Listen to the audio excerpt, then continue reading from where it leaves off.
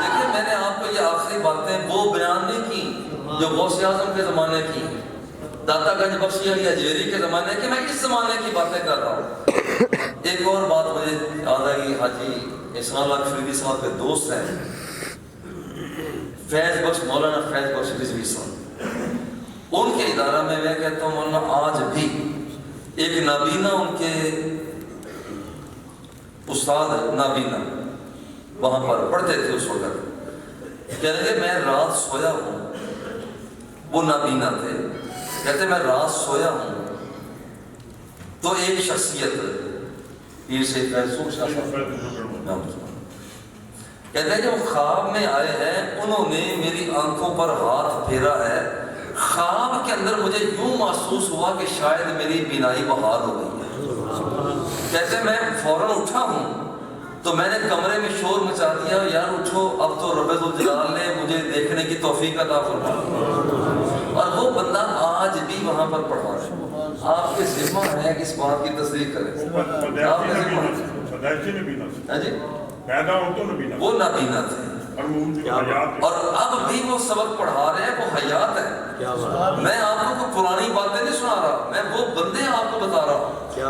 کہ وہ افراد اس وقت اخلاص بندے کے اندر موجود ہو، اخلاص موجود ہو۔ اور بس ایک آخری بات کر کے، ایک بندے کے اندر اخلاص موجود تھا، نابینا تھے، حضور پاک سے آ کر کہنے لگے حضور آنکھیں چاہیے، حضور آنکھوں کا طالب، آنکھیں چاہیے۔ حضور نے فرمایا صبر سے کام لو۔ نہیں حضور بہت ہو گئے تامل کرتے کرتے، فرمایا کہ نہیں صبر سے کام، نہیں حضور بہت ہو گئے آنکھیں لینے کے لیے آیا،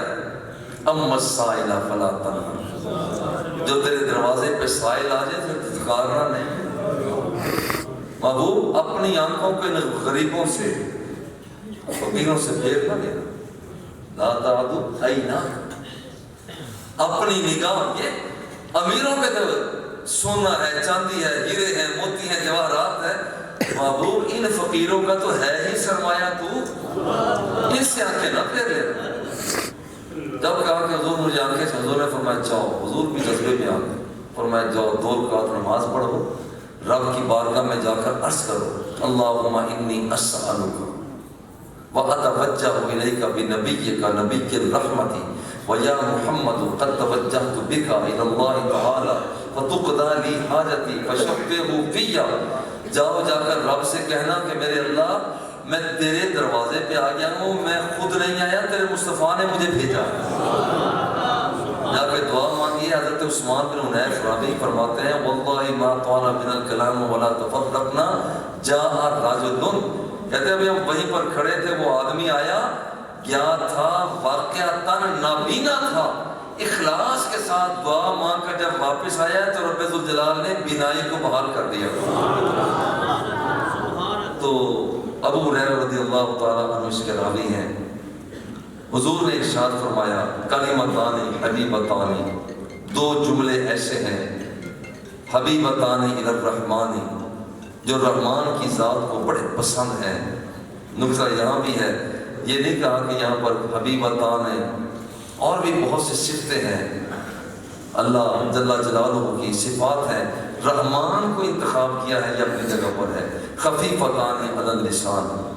2 جملے بولنے میں بڑے آسان ہے، علم کلام میں آپ نے پڑھا، مستصغرات، ایک جملہ لفظ استعمال کیا جاتا، کوئی سے کون کرے، تکا